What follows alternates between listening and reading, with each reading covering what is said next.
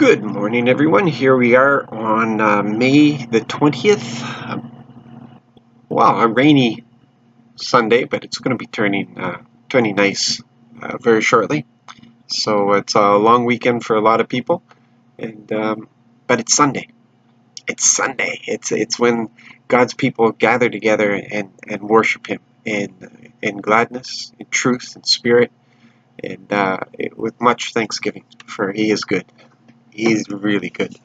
And I hope you get out today. Whatever costs you, get out.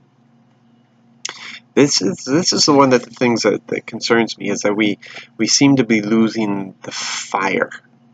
As the children of God, it's impossible for us. It should be impossible for us to lose the fire. The only way we can lose passion, but there should always be a burning in us, a longing in us. The problem is that so often a person will miss a Sunday. And they miss it. It's too bad they can't make it out. But it's not, they don't feel a lack. It's not like missing a meal. If you miss a meal, you're going to have hunger pains. You know you've missed something. But with so many today, with all the distractions and all the excuses and all that there is, we miss a Sunday. Well, it's too bad. I wish I could have made it. But there's no longing. I don't think we grasp the relationship that's available to us.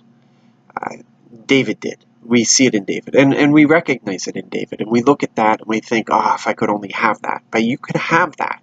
You can have that. That's exactly what the Father wants you to have. He wants you to have that kind of yearning, longing for Him, because it's how He longs for us. When we miss a Sunday, we should feel the pain of missing the opportunity to worship, to gather with our brothers and sisters to worship.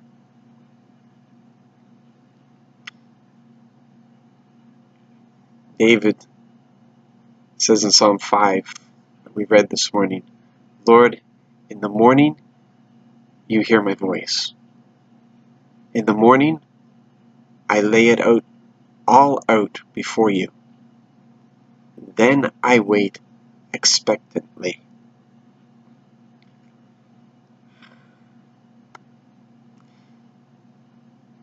We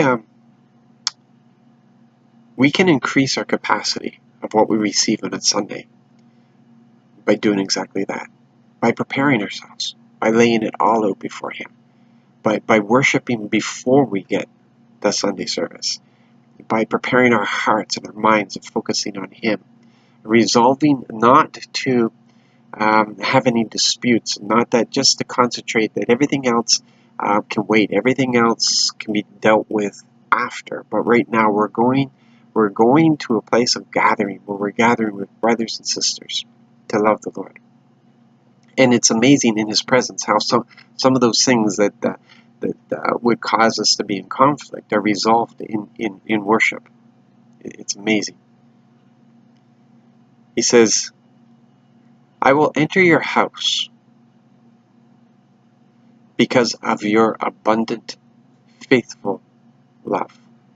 I will enter your house. I will come to worship. I will worship you because of your abundant, faithful love. Because of your abundant, faithful love. I worship you, Lord, because of who you are. You are love, and you love me, and it is abundant, and you are faithful to it. I will bow down at your holy temple, honoring you. we gather to honor our God. When you don't gather, when you don't come in, when you decide to miss, there's a lack of honor there. There's a lack of understanding of what we owe Him. If you could really grasp His love for you, you would never think of missing an opportunity to worship Him. And there are those who say, well, I can worship at home. We do, to an extent, but it is nothing like the experience of His presence where two or three are gathered. It is an incredible thing. There's all kinds of things that can distract you, all kinds of things that can take away from that, all kinds of things that can lessen the value of it. But when you go in with this attitude, when you go in with this, what I owe you, Lord, it doesn't matter what anybody's wearing around you. It doesn't matter about the perfume. It doesn't matter. It doesn't matter about their attitude whatsoever. You gather in and you offer up to Him what you have to offer. It's important. Over in Psalm 42, we see the longing that David had. We hear it in the words that he uses. Just like a deer that craves streams of water, my whole being craves for you, God.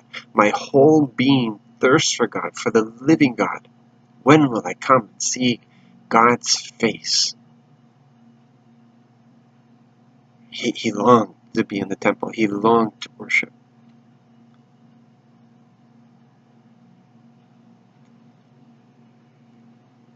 Down in verse 7, deep called to deep at the noise of your waterfalls.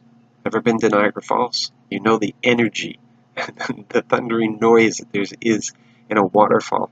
Deep called to deep at the noise of your waterfalls. All your massive waves surged over me. By day the Lord commands His faithful love. By night His song is with me, a prayer to the God of my life. We can't afford not to enter to worship. We can't afford. We just can't afford it. We can't. It shows your lack of understanding who God is, who He is to you, what He has done for you. It shows a lack of understanding, a lack of maturity in your concept, in your understanding of His love for you. If you could grasp His love, if you could grasp how high, how wide, how deep, how long is the love of God, then you would never think. You would never think of entering into worship dispassionately. You would never think of not pouring all that you have into worshiping Him. Man, our churches should be so alive, so loud, so full of cheers, so full of shouts of praise, singing, dancing, jubilation, just because of His love.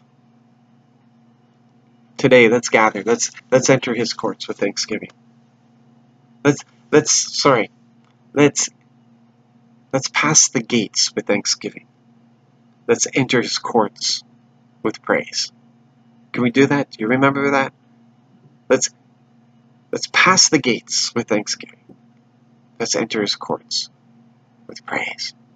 He is God, and He is good. He is good. He is always good. He is always faithful.